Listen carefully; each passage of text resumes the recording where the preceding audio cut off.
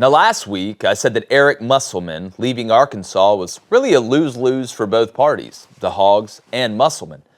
But now that it seems like John Calipari, after 15 years, is going to leave Kentucky to take the Arkansas job, well, I think it's just the opposite for both parties. I think it's not only a win-win for Calipari and Kentucky, I think it's a win for Arkansas as well. You cannot deny the connections that Calipari has, his ability to recruit, and his understanding of the lay of the land. But it was time for a fresh start for Kentucky. The last 5 seasons, we know what's happened the last 2. They haven't made it past the Sweet 16. And that's not good enough at one of the ultimate blue bloods of the sport.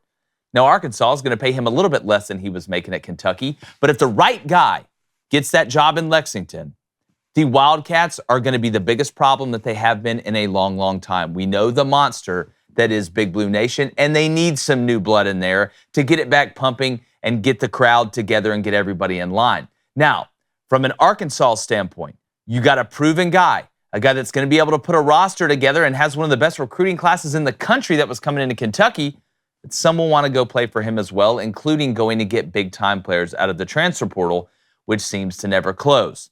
But if you are John Calipari, you do better as a guy that's not on top of the mountain, but close. Is Arkansas a blue blood in the college basketball world? No. But they are a huge brand, and we know how hot they can get. Maybe all these big-time expectations at a place like Kentucky, well, Calipari just wasn't meeting them because he didn't have a little bit of that underdog role. Well, now at Arkansas, he's going to be 13 flavors of piss and a chip on his shoulder. So, a win all across the board. The only question left is who takes the Kentucky job now. We'll see. Bring in my co-host, former Michigan quarterback David Cohn, my brother, former Western State Colorado wide receiver Blaine Crane. Guys, last night, this, broke the internet basically for a while. Shocking, but when you look at it, I don't see this as a knock against Kentucky. I don't see this as a knock against Calipari. I just think it was kind of a Febreze brothers time, and you needed a fresh start. Arkansas got what they wanted. Kentucky now gets to see if they can go get a guy to replace Cal that can maybe get them back to where they feel like they should be in the NCAA tournament. You use the phrase win-win. This may be a win-win situation for everyone involved, but it still is shocking. Yeah, right? It's nuts. I can't believe that John Calipari is leaving Kentucky to be the head basketball coach at Arkansas. That statement could just exist alone. When you throw in the fact that he's going to make less at Arkansas, that's when I really have a lot of questions. This guy had a lifetime contract at Kentucky. So here's a couple of the details they're trying to finalize today, really, to get this thing in the books. The contract is expected to have an overall base salary slightly less than the $8.5 million he was making at Kentucky. However, the deal is expected to be incentive-laden with the ability to pass that number. Well, first off, if you ask Kentucky, hey, if you were wanting an incentive-laden deal where you get paid more if you do better, we could have signed you to that several years ago if you wanted to make less money. Another thing here, the key relationship to help the deal come together was Calipari's long-standing ties with John H. Tyson of the Tyson chicken family, billionaire who is a longtime Arkansas benefactor. So there you go. Now the question is who's next at Kentucky, and you just got to think like, Jay Wright, are you answering the phone or what? Yeah, and we want to know in the comments and in the chat, whether you're watching us live, we got our phone line open at 7:15 a.m. Central. We want to hear from you. Who do you think should take that job? We're going to throw a couple candidates around. But yeah, Tyson Chicken, talk about a guy that's got a lot of chicken, billionaire with a B. You heard Jerry Jones' name kind of thrown in there as well that may have had a little bit of influence. But he's making less, though. That's the thing. Well, yeah, it's just how it just goes to show you. Look, Cal's got a ton of money, and Blaine, we've watched contracts get higher and higher and higher.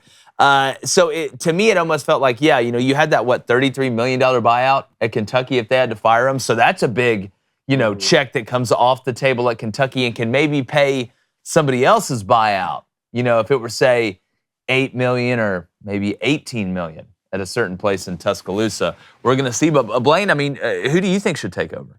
For Kentucky? Yeah. Probably Nate Oates.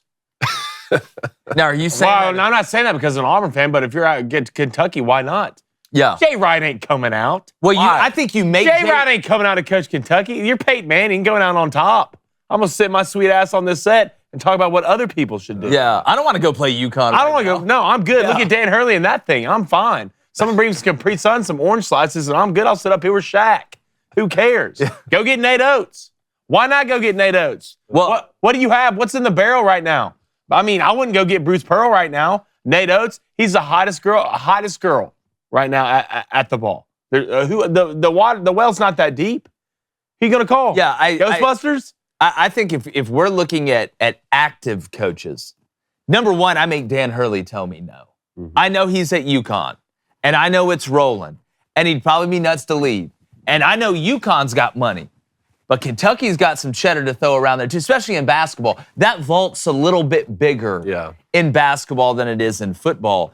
I make Dan Hurley tell me no. I don't think Jay Wright's coming out. I don't think he is. But if Jay Wright was coming out, then, hey, let's get this party started. Like, it's a Pink song out here. But no, I mean, Nate Oates is obvious. The difference in Bruce Pearl, and, Bruce Pearl, I think, 64, and it looks like Stephen Pearl's kind of positioning to get the job after him. Is that something where Bruce would jump to Kentucky for the last couple years? I don't think so, but it's Kentucky. Who the hell knows? But I'm with Blaine. I mean, at this point, when you're looking around, I mean, Todd Golden signed an extension at Florida, but he's a guy I'd have on the list. Nate Oates signed an extension, obviously, at Alabama for a whopping $18 million in the buyout now, which Kentucky could afford. But then you go back and look at maybe some other guys that are in. Rick Pitino put the band back together. He's not exactly, the Pied Piper at St. John's right now when you look at it. There were some struggles there. They didn't make the NCAA tournament. That probably ain't happening at Kentucky. I mean, there's one guy. I mean, you can call Billy Donovan. I was going to say. You can call Billy. Well, if we're talking about guys that are in the NBA. That was Billy. gonna be the next one I was going to say. I mean, what's it been, 5 years now with the Bulls? And he's right? still young enough. 9 years out. He's 58, I believe. And look, Dan Hurley has a chance to do something tonight that hasn't been done since Billy Donovan did it at Florida, back-to-back national championships. Would Billy Donovan return to the college game? We're not talking about some job. It's Kentucky. Yeah, we're for talking sure. about a top 3, top 5 job in the sport. Everybody's going to be at least answering the phone. Yeah, I cannot wait to see how this plays out. Again, and I said this at Chris Beard's at Ole Miss. I get that. Would Kentucky take a chance on Chris Beard? Like I said, when you heard that, hey guys, it looks like Chris Beard is going to be the guy at Arkansas. It's never the first name you hear. Very rarely is it the first name you hear. Obviously, it didn't end up being Chris Beard. Chris Beard actually, decided to return to Ole Miss, which I think it's amazing when an employee rewards an employer for giving them a chance when everybody else counted them out, right? Ole Miss went and took that chance on Chris Beard after, the allegations and stuff that happened at Texas, and he rewarded them for that, and not that they had the greatest year of all time, but I think you can see Ole Miss going in the right direction. Now, different circumstance, but Auburn did something similar with Bruce Pearl. Bruce Pearl had that barbecue issue at Tennessee, the show calls, whatever. Auburn went out and took a chance.